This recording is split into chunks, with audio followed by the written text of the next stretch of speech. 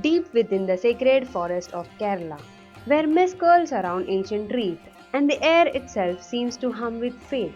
There stands a temple with no city, no palace, no gold covered dome, only silent hills and the footsteps of millions. Every year, for 41 days, men and women leave behind comfort, pride, and luxury and walk barefoot through rivers, forests, and mountains, all for one name that echoes through the Green Valley. Swamiye Sharanamayappa. This is the story of Shabarimala, not just a temple, but a journey into the idea of discipline, devotion, and the human spirit. Welcome to Curiosast, where curiosity meets clarity. Every legend begins with a curse, and this one with a demon who could not be killed. Long ago, when God still walked among men, the heavens faced a terror named Mahishi, a powerful demoness born of a Asura clan. Her brother Mahishasura had been killed by goddess Durga. Furious at his death, Mahishi vowed revenge. She turned to Lord Brahma and performed penance so intense that even the gods grew fearful. Pleased by her devotion, Brahma appeared before her and offered a boon. Mahishi asked that she could be killed by a child born from both Shiva and Vishnu. She believed her immortality was secured. After all, Shiva and Vishnu were two divine forces, male energy, opposites, and never to unite. With that arrogance, Mahishi unleashed chaos around the three worlds. Temples burned, sages fled, even the gods hid behind the clouds of despair. And in that moment of darkness, destiny began to move. To end Mahishi's terror, the gods remembered an ancient secret.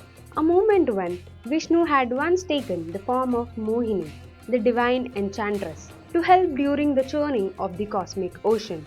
Mohini was not just beauty, she was illusion itself, Maya personified. And the only being ever drawn to her was Lord Shiva. To create the one who could destroy Mahishi, the gods prayed to these two, Shiva and Vishnu, to unite their energies. When Shiva beheld Mohini, from that cosmic union, a radiant child was born, eyes closed in peace, skin glowing with divine brilliance. The gods watched in awe. They knew this was no ordinary child. This was the one who could restore balance, the child of both creation and destruction. They called him Harihara Putra, the son of Vishnu and Shiva, and later the world would know him as Ayyappa, the Lord Father. The child was left upon earth, cradled by nature itself, at the banks of Pamba river and the forest of what is now Kerala. There, the king Rajashekara of Pandalam dynasty was returning from a hunt. He heard the cry of a baby echoing through the mist. Following the sound, he found the divine infant lying on the river bank, wrapped in blue silk, a golden bell tied around his neck. As the king held the baby, a holy sage appeared before him and said, "This child is born for a purpose. Raise him as your own. He will bring glory to your kingdom." The king, childless and moved beyond words, carried the boy home and named him Manikandan, the one with the bell around his neck. Years passed. Manikandan grew wise and fearless. He mastered every art: archery, swordsmanship, sculptures. He cured the sick, guided the lost, and spoke with a calm far beyond his age. The people whispered that he was divine, a protector in human form, while the queen had given birth to a son, Rajarajan.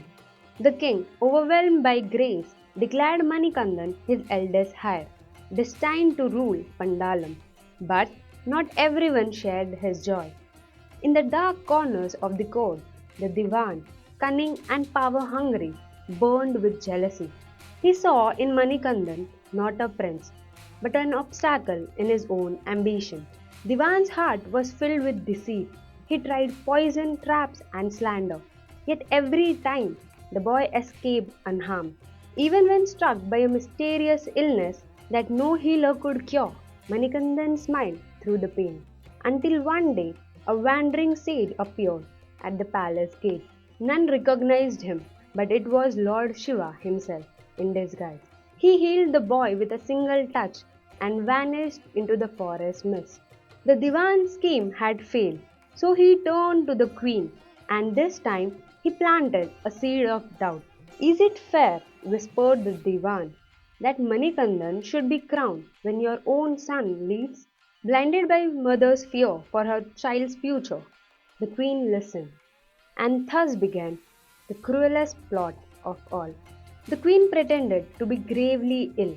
Physicians from across the land were summoned. None could cure her. Then the Divan's accomplice declared, only the milk of tigress can save her life. The king was shattered. Who would dare venture into the deadly forest for such an impossible task? He announced a reward, half his kingdom to anyone who brought the cure. But none returned. Then Manikandan stepped forward. I will go, father. Let me bring the tigress milk. The king tried to stop him. You are but a child, my son. Forest is no place for you. But Manikandan only smiled. The forest knows me, and my path is written by something greater. As Manikandan journeyed through the wilderness, the five elements of Lord Shiva, earth, water, fire, air, and sky, followed him like silent guardians. On his way, he witnessed the horrors of Mahishi, the demoness who had once terrorized the heavens. Her rage shook the world again. Outraged by her cruelty, Manikandan rose against her.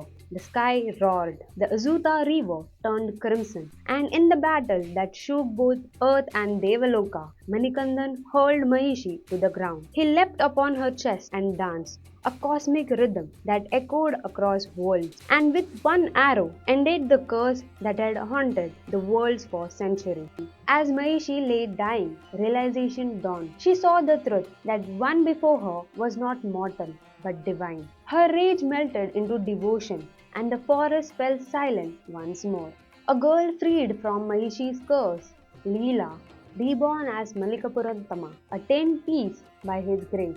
Her temple still stands beside his, waiting eternally for her lord. His divine task complete, Manikandan prepared to return, but his purpose was not yet fulfilled. But one last duty remains: bring peace to his father's heart. The king of the Devas, Indra, took the form of tiger and offered his aid. Soon, Manikandan rode back towards Pandalam, surrounded by celestial beings disguised as tigers and tigresses. The people panicked, the ground shook as they approached. But as Manikandan reached the palace gates, the truth was revealed. The same sage who once gave the king the infant's destiny appeared once more and told the astonished court, this is no prince. This is the divine Hariharaputra, the child of Shiva and Vishnu. King Rajashekara wept. He saw through the queen's deception. Her illness has vanished the moment Manikandan left. He begged forgiveness, but the boy smiled, calm as ever. Father, he said, everything has happened as it was meant to. I have fulfilled my purpose. The boy then told his father to build a temple where his arrow falls. The arrow flew and landed at Shabari, where the Sant Shabari had once waited for Lord Rama. That hill became Shabarimala. Under the guidance of Sant Agastya, the king built a shrine there. On the day of Makara Sankranti, Parashurama himself carved and installed the idol of Lord Ayyappa. The temple stood as the symbol, not of kingship, but of self-control and equality. Before returning to Devaloka, Lord Ayyappa gave a final message. Only those who complete a 41-day vratam of celibacy, simplicity, and self-purification shall reach me. But legends say that just before Ayyappa withdrew into the forest for meditation, Shanidev, the lord of trials, karma, and discipline, came to meet him. Shani said, O Dharmashastra, even gods must experience my influence. Ayyappa smiled gently. If your test falls on me now, my devotees may also suffer. They are simple people who will walk this path with faith. Help me protect them. Hearing Ayyappa's compassion, Shani softened. He gave a blessing. Whoever follows your vratam sincerely, lives simply, controls desire, and wears black shall be protected from my harsher effect. Black, Shani's own color, became a symbol of steadiness, patience, and humility. Not a color of sorrow, but a color of inner strength.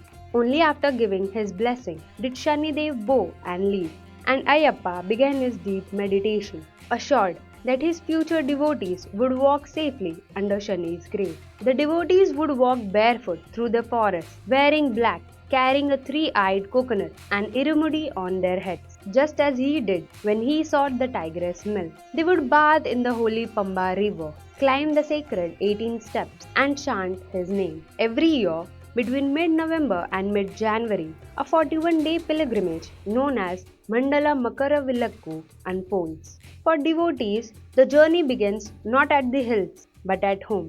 They take the vratam, a vow of austerity. For 41 days, they wear black, the color of surrender and equality. They sleep on floors, eat simple vegetarian food, abstain from anger, lust, and luxury, and walk barefoot, symbolic of humility and connection to the earth. Each carries a small cloth bundle, the Irumudi Kettu, with ghee-filled coconuts and offerings on one side, personal needs on the other. It's a reminder. Half of life's weight is duty, the other half devotion. The chant Swamiye Sharanamayappa isn't just a prayer, it's a rhythm. It synchronizes breath, step, and surrender. When thousands walk together, barefoot through the Pamba river and forest trails, the journey becomes a moving meditation.